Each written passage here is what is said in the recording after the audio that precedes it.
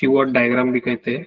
Next है अपनी check sheet, उसके बाद है परेटो चार्ट्स, उसके बाद है स्ट्रैटिफिकेशन, उसके बाद आता है स्कैटर डायग्राम, हिस्टोग्राम, और लास्ट में अपना कंट्रोल चार्ट। तो ये जो 7 क्वालिटी कंट्रोल टूल्स है, इन्हें हम बेसिक क्वालिटी टूल्स भी कहा करते हैं, क्योंकि एक बार आपने ये 7 क्वालिटी कंट्रोल टूल्स सीख लिए तो आप इसे किसी भी ऑर्गेनाइजेशन में, किसी भी प्लांट में इम्प्लीमेंट कर सकते हैं सक्सेसफुली। अभी जो 7 क्वालिटी कंट्रोल टूल्स है अपने, ये इनकी ओरिजिन हुई थी जापान में। अब इनका यूज क्या है, तो अपने क्वालिटी में आने वाली जो भी प्रॉब्लम्स है या जो भी डिफेक्ट है, उन्हें हम कैसे एनालाइज कर पाए, उन्हें कैसे देख पाए, और उन्हें अपने प्रोसेस में से या अपने प्लांट में से पूरी तरह से कैसे दूर कर पाए। तो वो आज हमें देखना है। हम 1 बाय 1 एक एक क्वालिटी कंट्रोल टूल को देखेंगे। उसमें सबसे पहला अपना जो क्वालिटी टूल्स है वो है कॉज एंड इफेक्ट डायग्राम, जिसे फिशबोन डायग्राम भी कहा जाता है। अब ये फिशबोन डायग्राम जो है, ये इसकी क्या डेफिनेशन है, तो यहाँ पे जैसे लिखा हुआ है, this tool is visually organise potential factor to identify the root cause of problem. मतलब अगर आपके प्रोडक्ट में या सर्विस में अगर कोई प्रॉब्लम आ रहा है, उसका एग्जांपल हम आगे देखेंगे।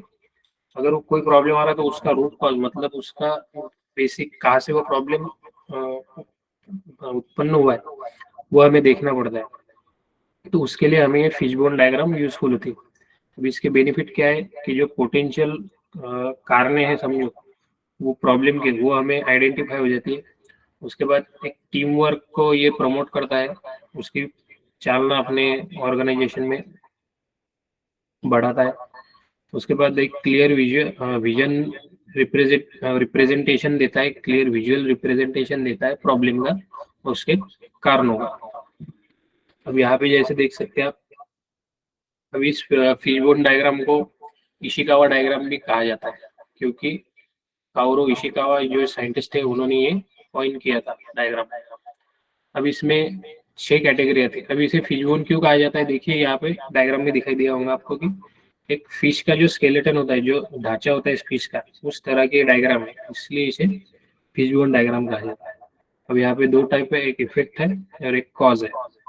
अब इफेक्ट में जो अपने प्रॉब्लम आ रहा है उसे लिखना है, और कॉज में उसमें कौन कौन से, मतलब किस कारणों की वजह से वो प्रॉब्लम आ सकता है, उनको एक साइड में लिखना है। तो कॉलेज में 6 आते हैं। 6 में क्या क्या आता है अपना, man, machine, material, method, measurement या मदर नेचर, जिसे अदर लैंग्वेज में अपन इन्वायरमेंट भी कहते हैं। अगर इसमें हमें 2 कारण, अगर 2 कॉजेज है प्रॉब्लम आने के, तो अगर प्राइमरी कारण है तो उसे हम प्राइमरी कॉज कहेंगे, और अगर उसको रिलेटेड कोई है तो उसे सेकेंडरी कॉज कहेंगे। अब इसका क्या यूज होता है कि जो अपना रूट कॉज है वो हमें आइडेंटिफाई हो जाता है, और एक ब्रेनस्टॉर्मिंग सेशन, मतलब दिमाग लगाने का सेशन अपने स्ट्रक्चर में इम्प्लीमेंट करते हैं। अभी इसका एग्जांपल देखेंगे हम।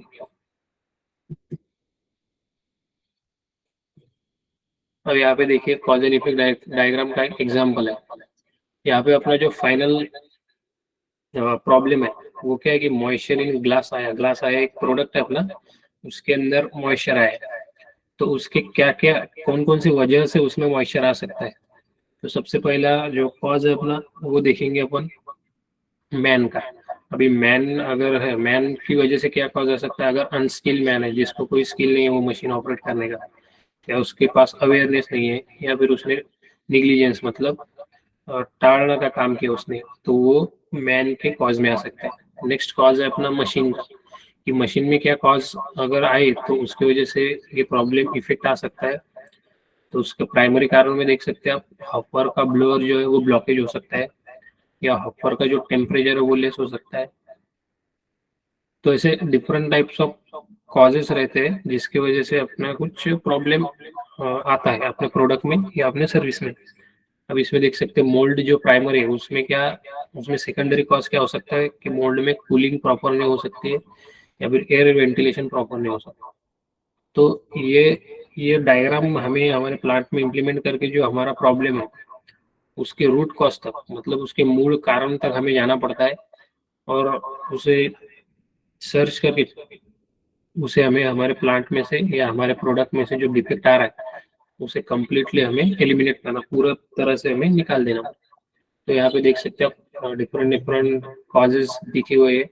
इनमें से कोई एक कॉजेज होगा जिसकी वजह से हमारे फाइनल प्रोडक्ट में है उसमें मॉइस्चर आए, यानी वो प्रॉब्लम आए। तो ये डायग्राम लगा के हम बता सकते हैं कि किस वजह से हमारे प्रोडक्ट में डिफेक्ट आया, और वो एक बार डिफेक्ट हमारे हमारे समझ में आ गया उसका कॉज, तो हम उसे इजीली दूर कर सकते हैं। इसकी तो ये पहला अपना टूल था, कॉज एंड इफेक्ट डायग्राम, या फिर इसे फिशबोन डायग्राम भी कहा कहते हैं। नेक्स्ट है अपना चेक शीट। अभी चेक शीट में क्या रहता है, आप क्वालिटेटिव या क्वांटिटेटिव एनालिसिस कर सकते हैं। एक सिंपल चेक शीट रहती है, इसमें आप ग्राफिकल या स्टैटिस्टिकल टेक्निक को यूज करके आप प्रॉब्लम को आइडेंटिफाई कर सकते हैं। अब इसके जो बेनिफिट क्या है कि आपके जो प्रोडक्ट है या सर्विस है जो भी आपके ऑर्गेनाइजेशन में प्लांट में बन रहे हैं उसके पैटर्न दिखाई देते हैं कि कैसे चेंजेस हो रहे हैं अपने क्वालिटी में, प्रोडक्ट के क्वालिटी में, सर्विस के क्वालिटी में। वो ट्रेंड इन डेटा दिखाई देता है।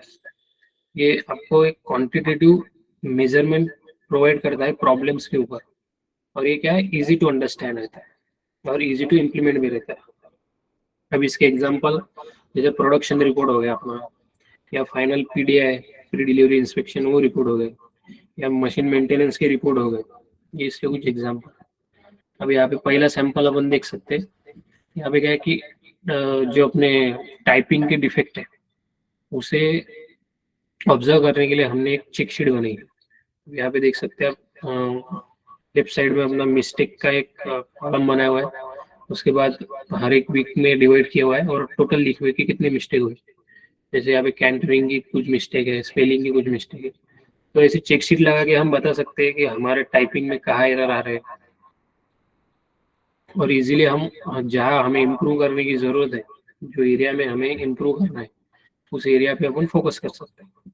अब इसके और एग्जांपल देखेंगे हम आगे। जैसे अभी देख सकते हैं सैम्पल 2 में सप्लायर डिफेक्टिव बिल्स। तो इसमें कौन कौन से कॉजेज है जिसकी वजह से रिटर्न ऑफ बिल अकाउंट हो रहा है। तो उसमें डिफरेंट टाइप के कॉजेज लिखे हुए हैं कि परचेज ऑर्डर नॉट रिलीज, उसमें रन पे डिफरेंट टाइप रन किया, अपन 4 बार रन किया, उसमें कितने टोटल हुए। तो इससे क्या हो जाता है, हमें इजीली अंडरस्टैंड हो जाता है कि क्या कहाँ प्रॉब्लम है। नेक्स्ट इसमें देख सकते हैं आप, अगर कोई मेंटेनेंस है जैसे प्रिवेंटिव इंस्पेक्शन, जैसे हमने टीपीएम में देखा था कि कैसे प्रिवेंटिव मेंटेनेंस हम करते हैं। तो अभी क्या होता है कि एक मशीन के बहुत सारे पार्ट हो सकते हैं या बहुत सारे चीजें हो सकते हैं जिन्हें हमें टाइम टू टाइम चेंज करना पड़ता है। तो अब ये सब हमें एक प्रॉपरली समझ में आना चाहिए कि इस टाइम पे या इस वीक, मतलब जो टाइम दिया हुआ है उसको चेंज करने के लिए, उस सेम टाइम पे सारी चीजें चेंज हो रही है या नहीं हो रही है। उसके लिए सबसे बढ़िया जो क्वालिटी कंट्रोल टूल है वो है चेक शीट। जैसा यहाँ पे आप देख सकते हैं कि चेक पॉइंट में लिखा हुआ हमने ऑयल चेक किया फर्स्ट वीक में, सेकंड वीक में, जहाँ जहाँ चेक किया वहाँ टिक करते गए। उसके बाद थर्ड में देख सकते हैं चेक इलेक्ट्रोलाइट लेवल, अगर ओके तो ओके ओके लिया, अगर कम हो गई तो उसे फील्ड कर दिया। अगर कुछ क्लच वगैरह लूज है, ब्रेक लूज है, तो हम उसे ओके ओके करते हैं, जहाँ एडजस्ट करने की जरूरत है वहाँ एडजस्ट करके लिख सकते हैं। तो एक सिंपल चेक शीट है जिससे हम बड़े मेंटेनेंस अगर कुछ है अपने मशीन के ऊपर या व्हीकल के ऊपर, तो हम उसे चेक कर सकते हैं और बता सकते हैं कि कहाँ प्रॉब्लम आ सकता है, कहाँ नहीं आ सकता। ये हो गया अपना दूसरा क्वालिटी कंट्रोल टूल। अब नेक्स्ट है अपना कंट्रोल चार्ट। कंट्रोल चार्ट में क्या है कि एक स्टैटिस्टिकल टूल है जो अपने, मतलब जो प्रोसेस आपके प्लांट में रन हो रही है उसके ऊपर कंट्रोल लाना। उस मतलब वो कैसे प्रोसेस अपने प्लांट में चल रही है, तो वो हमें पता चलता है कंट्रोल चार्ट की मदद से। अगर कोई प्रोसेस या कोई प्रोडक्ट हमारे प्लांट में बन रहा है या कोई प्रोसेस रन हो रही है तो उसको आइडेंटिफाई करना कि वो हमारे कंट्रोल में, मतलब जो हमें रिक्वायर्ड है उतने ही हिसाब से वो चल रही है या कम ज्यादा हो रहा है उसमें कुछ, वो हमें कंट्रोल चार्ट से पता चलता है। नाम में ही लिखा है उसका कंट्रोल चार्ट, मतलब वो कंट्रोल देता है अपने को प्रोसेस के ऊपर। अब इसकी क्या बेनिफिट है कि कोई अगर प्रॉब्लम आ रहा है तो आप एक बार उसे रन करके देखिए। जैसे आईटी में होता है, जैसे इलेक्ट्रॉनिक जो इक्विपमेंट होते हैं उसमें हम एक जैसे कंप्यूटर प्रोग्रामिंग में हम प्रोग्राम रन करके देखते हैं, तो उसमें हमें पता चलता है कि ये प्रोग्राम प्रॉपरली रन हो रहा है या इसमें कोई प्रॉब्लम आ रहा है। तो सेम हमें कंट्रोल चार्ट में भी पता चलता है। तो कोई अगर प्रॉब्लम आ रही है तो उसे रन करने से हमें पता चल जाता है कि कहाँ प्रॉब्लम आ रही है। उसके बाद कुछ वीडियो विजुअल इंडिकेशन भी रहते हैं, वो उससे भी हमें पता चल जाता है। और अगर कोई प्रॉब्लम आ रही है तो कहाँ आ रही है और क्यों आ रही है वो भी हमें पता चल जाता है। तो इसका ये एग्जांपल देखिए। अब यहाँ पे जो ये चार्ट दिखाई दे रहा है आपको, मेजरमेंट वर्सेस टाइम, तो यहाँ पे देख सकते हैं आप, एक ऊपर की जो लाइन है उसे कहते हैं ऊपर अपर कंट्रोल लिमिट, मतलब यूसीएल, और उसके नीचे है लोअर कंट्रोल लिमिट, मतलब एलसीएल, और उसके बीच में प्रोसेस का एक एवरेज निकाला हुआ है। यहाँ पे देख सकते हैं जो अब अपने प्रोसेस रन की तो वो पहले 2 टाइम तो सही चली, लेकिन 3 पे जैसे आए वो प्रोसेस का जो कंट्रोल पॉइंट है वो आउट ऑफ कंट्रोल हो गया। और यहाँ पे लिखा हुआ है स्पेशल कॉज, मतलब कुछ तो भी कॉज हुआ जिसकी वजह से वो हमारे सेट की हुई लिमिट से भी नीचे चला गया, और उसके बाद नॉर्मल वेरिएशन में वो आगे बढ़ता है। तो यह हमें समझ में आता है कि हमें 3 नंबर के जब टाइम आता है 3 नंबर पे, तो वहाँ पे प्रोसेस अपनी लोअर कंट्रोल लिमिट के नीचे जा रहे, तो वहाँ पे अपने को मेजर लेने की जरूरत है। तो इस तरह से हम कंट्रोल चार्ट का यूज करके जो भी प्रोसेस हो रही है, जो भी प्रोडक्ट हमारे प्लांट में रन हो रहा है या प्रोड्यूस हो रहा है, उस पर हम कंट्रोल ला सकते हैं। ये हो गया हमारा तीसरा क्वालिटी कंट्रोल टूल्स। अब नेक्स्ट है अपना हिस्टोग्राम। हिस्टोग्राम में क्या है कि हमें विजुअल रिप्रेजेंटेशन मिलता है डिफरेंट सेट ऑफ डेटा। अगर कोई सेम डेटा बार बार ऑकर हो रहा है तो हम उसे हिस्टोग्राम की मदद से अलग कर सकते हैं। जैसे कि आपने क्रिकेट मैच में देखा होगा कि 10 से 20 ओवर से लेके कितना एवरेज था, 20 से 30 ओवर में लेके कितना एवरेज था, तो वो जो ग्राफ होता है उसे हम हिस्टोग्राम कहते हैं। अब इसके क्या बेनिफिट्स है आपको, तो बेनिफिट्स में कि जो सेंट्रल टेंडेंसी जो डेटा में स्प्रेड होती है तो उसे हम पहचान पाते हैं। उसके बाद जो नॉन कन्फर्मिंग डेटा पॉइंट होते हैं उसे हम पहचान पाते हैं। और इसमें क्विक एंड ईजी, मतलब एकदम सिंपल तरीके में से आप विजुअलाइज कर सकते हो डेटा। अब इसका एग्जांपल देखिए यहाँ पे। और हाँ, इसका एक दूसरा जो नाम है उसको काल पर्सन भी कहा जाता है। इसमें 12 ग्राफ होते हैं जनरली। अब यहाँ पे जो हिस्टोग्राम दिखा है, यहाँ पे फ्रीक्वेंसी में है मैन पावर अपनी, और अराइवल पर मिनट में है कि वो कितने देर से आते हैं। कुछ जो मैन पावर है अपनी वो 0 से लेके 2 मिनट तक लेट होते हैं। मैक्सिमम जो मैन पावर है अपनी जो 2 से लेके 6 मिनट तक ज्यादातर लोग लेट होते हैं। तो ये अपने को डेटा रिप्रेजेंट करता है कि हमें कहाँ पे एक्शन लेने की जरूरत है। 0 से 4 लेके जो मैन पावर है अपनी ड्यूटी को लेट लॉग इन कर रही है, तो एक्यूरेट हमें पता चल जाता है कि हमें 4 मिनट जहाँ पे लोग लेट हो रहे हैं वहाँ पे एक्शन लेना है। अब इसमें जहाँ एक्शन लेना है वहाँ तो वो समझ जाता है। और इसमें अभी 6 टाइप होते हैं, जैसे 6 टाइप आपको दिख रहे होंगे। इसमें सिस्टमेटिक, यूनिमोडल, ये नाम है अलग अलग टाइप जो हमारे हिस्टोग्राम में आते हैं। Skewed right, skewed left, bimodal, multi modal और सिमेट्री, ऐसे 6 टाइप के हिस्टोग्राम है। इसमें हमें कंटिन्यूस फ्रीक्वेंसी चेक करने में इसकी मदद होती है। अब इसमें नेक्स्ट अपना टूल है परेटो चार्ट। परेटो चार्ट क्या है, परेटो चार्ट में दोनों भी आते हैं, अपने 12 ग्राफ भी आते हैं और लाइन ग्राफ भी आते हैं। अब ये जो साइंटिस्ट है परेटो, इनका जो उनकी जो स्टडी है उनमें इन्हें ऐसा, मतलब उनको ऐसा स्टडी हुआ, उन्होंने ऐसा जाना स्टडी करने के बाद कि जो भी हमारे प्लांट में या ऑर्गेनाइजेशन में क्वालिटी से बोले या कोई भी प्रॉब्लम बोले, 80% जो प्रॉब्लम होती है हमारी वो 20% कॉजेस की वजह से आती है। अगर हम उस 20% पे एक्शन ले तो हमारे 80% प्रॉब्लम सॉल्व हो जाती है। ये हर एरिया में हम इस प्रिंसिपल को लागू कर सकते हैं, इसे कहते हैं परेटो प्रिंसिपल। अब ये मेन का काम करता है vital few and trivial minimum, मतलब जो आपका बिगेस्ट कॉज है जिसे सॉल्व करने के बाद आप 80% आपकी प्रॉब्लम सॉल्व हो जाएंगी, उस पर काम कीजिए। तो ये क्या करता है, प्रायोरिटाइज करता है इम्प्रूवमेंट को, जहाँ हमें इम्प्रूवमेंट करना है वहीं पे फोकस करो और उसी को सॉल्व करो सबसे पहले। अब जैसे मैंने आपको बताया इसके बेनिफिट क्या है कि वाइटल फ्यू मतलब जो इम्पोर्टेंट है उस पर फोकस करते हैं। ऑर्गेनाइजेशन को जहाँ जो रिसोर्सेज पे फोकस करना चाहिए, जो मेन इंपॉर्टेंट एरिया है उसे इम्प्रूव करने में फोकस करता है, और एक सिंपल एंड विजुअल वे में ये कम्युनिकेट करता है प्रायोरिटीज, मतलब जो आपकी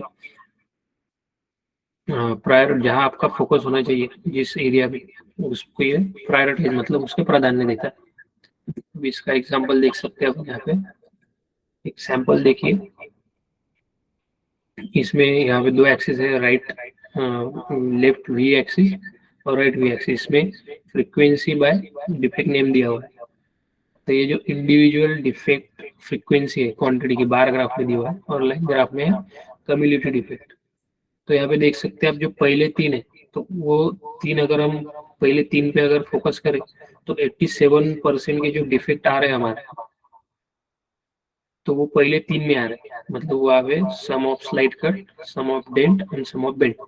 ये तीन चीजें अगर हम कंट्रोल कर ले ठीक तरह से तो 87% ऑफ हमारे जो डिफेक्ट आ रहे प्रोडक्ट में वो सॉल्व हो जाते हैं। मतलब सिर्फ 20% एरिया पे फोकस करके हम 80% डिफेक्ट को हम रिजॉल्व कर पाते हैं। तो यही बेस है इस परेटो प्रिंसिपल का कि 20% एरिया पे फोकस करके आप 80% प्रॉब्लम सॉल्व कर सकते हैं। तो इसकी वजह से जहाँ पे हमें ग्रेटेस्ट इम्पैक्ट गिरता है वहाँ पे हम इस प्रिंसिपल को लगा के उस एरिया पे फोकस करके हम वहाँ से वो प्रॉब्लम को जड़ से मिटा सकता है। ये हो गया हमारा परेटो प्रिंसिपल। नेक्स्ट है अपना स्कैटर डायग्राम। अब स्कैटर डायग्राम में क्या होता है कि यहाँ पे सिर्फ दो एक्सिस में हमें देखना पड़ता है, एक एक्स एक्सिस और वाई एक्सिस। एक्स एक्सिस और वाई एक्सिस पे जो हम वेरिएबल्स रखेंगे डिफरेंट डिफरेंट डिफरेंट टाइप के, तो उसमें कैसा कोरिलेशन है, मतलब उनमें क्या संबंध है दोनों में, कि अगर हम एक को बढ़ाएंगे तो दूसरा घटेगा या दूसरा बढ़ेगा, वो अगर हमें देखना है तो हमें यहाँ पे स्कैटर डायग्राम यूज करना पड़ता है। इसे दूसरी भाषा में कोरिलेशन डायग्राम भी कहा जाता है। एक फैक्टर को अगर हम बढ़ाते तो दूसरे पे क्या असर होगा, ये हमें इसकी मदद से हम जान सकते हैं। इसके क्या बेनिफिट्स है कि आपको वही कि दो वेरिएबल्स में कैसा रिलेशन है, डायरेक्टली प्रोपोर्शनल है या इनवर्सली प्रोपोर्शनल है, मतलब एक बढ़ने के बाद अगर दूसरा बढ़ता है तो वो डायरेक्टली प्रोपोर्शनल हो गया, एक को बढ़ाने के बाद दूसरा अगर घटता है तो वो इनवर्सली प्रोपोर्शनल हो गया। इससे हम प्रिडिक्टिव मॉडल बना सकते हैं और विजुअलाइजेशन को और भी अच्छी तरीके से जान सकते हैं। अब यहाँ पे फॉर एग्जांपल देख सकते हैं आपकी, यहाँ पे जो स्कैटर्ड डायग्राम दिखाई गई है, यहाँ पे क्वालिटी कैरेक्टरिस्टिक्स है वाई एक्सिस पे, और एक्स एक्सिस पे प्रोसेस यूनिट। अब जैसे जैसे हम प्रोसेस यूनिट को बढ़ा रहे हैं वैसे वैसे हमारी क्वालिटी कैरेक्टरिस्टिक घटती जा रही है। मतलब यहाँ पे जो चार्ट है अपना वो डायरेक्टली प्रोपोर्शनल है। तो अगर आपको डायरेक्टली प्रोपोर्शनल है या इनवर्सली प्रोपोर्शनल है वो देखना है तो आप कोरिलेशन डायग्राम पे देख सकते हैं। अब इसमें दो टाइप होते हैं, एक स्ट्रॉन्ग पॉजिटिव कोरिलेशन, मतलब क्या है कि अगर हम एक्स एक्सिस को बढ़ाते जाए तो वाई एक्सिस भी बढ़ता जाएगा, और दूसरा है कि स्ट्रॉन्ग नेगेटिव कोरिलेशन, मतलब अगर हम एक्स एक्सिस को बढ़ाते जाए तो वाई एक्सिस घटता जाएगा, जैसे यहाँ पे दिख रहा है। तो यहाँ पे जैसे हम एक्स एक्सिस बढ़ाते जा रहे हैं वैसे वाई एक्सिस घटते जा रहा है, तो जैसे हम इसको घटाते जा रहे हो वैसे बढ़ते जा रहे हैं। तो इसका यूज क्या है कि जो दो सेट ऑफ डेटा है उनमें क्या रिलेशन है वो हम इससे जान सकते हैं।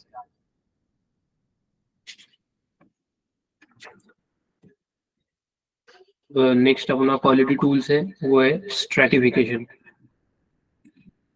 स्ट्रेटिफिकेशन क्या है कि हमारे जो डिफेक्ट है उसे अलग अलग कैटेगरीज में बांटना या सेग्रीगेट करना, ताकि हम जो प्रॉपर डिफेक्ट है उस पर काम करें।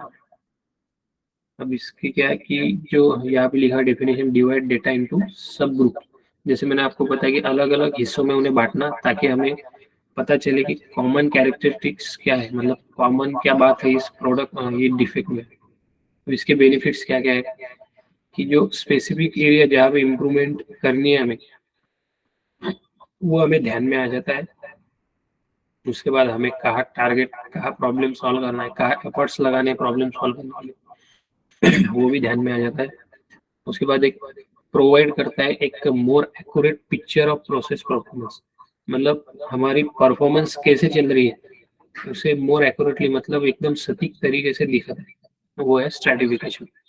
अब उसके कुछ एग्जाम्पल देखेंगे अपन।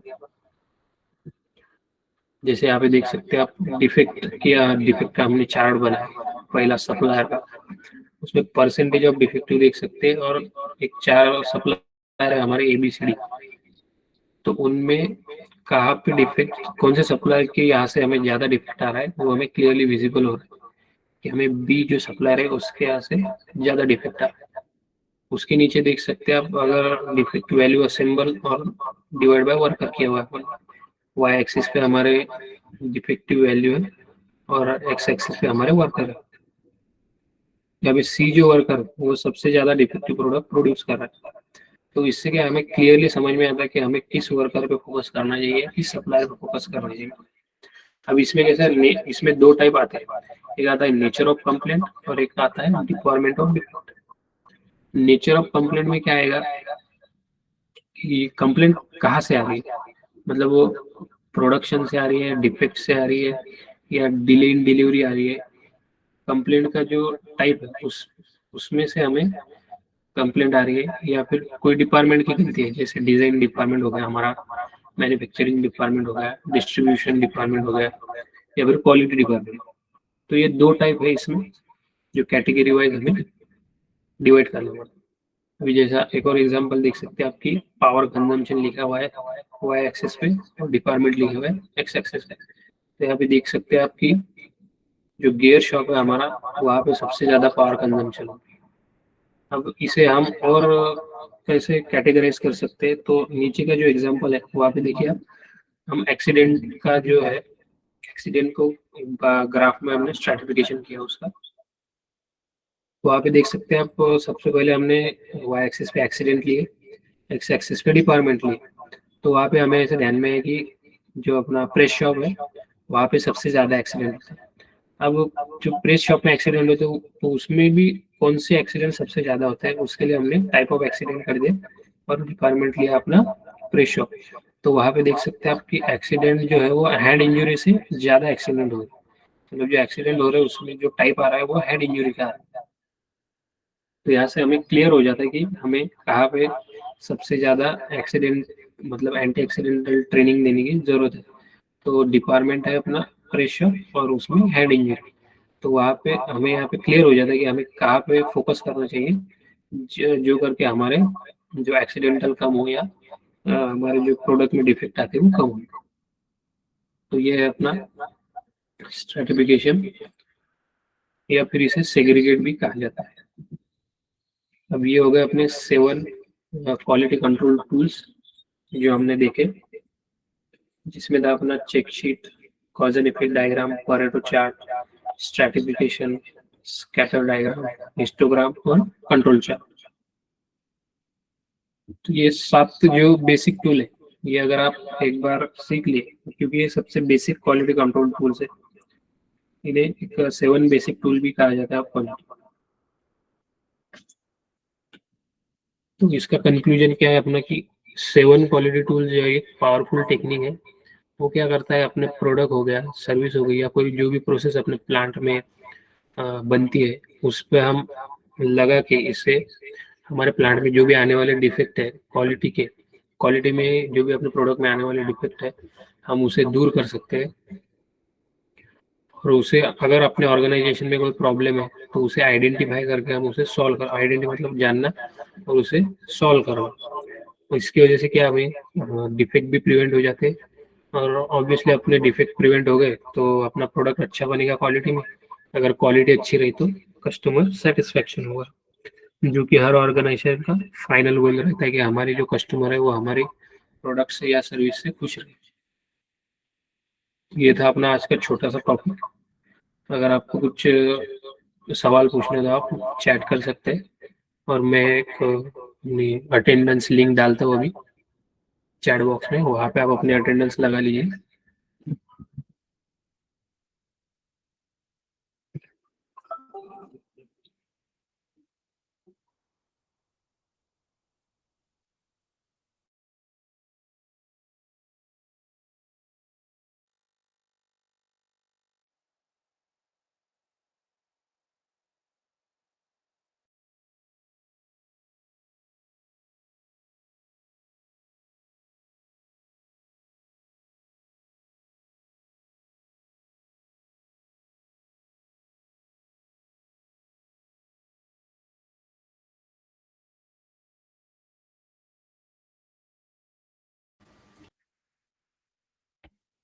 अभी मैंने लिंक शेयर किया अटेंडेंस की, आप सभी लोग वहाँ पे लिंक पे जाके अपने अटेंडेंस लगवा लीजिए।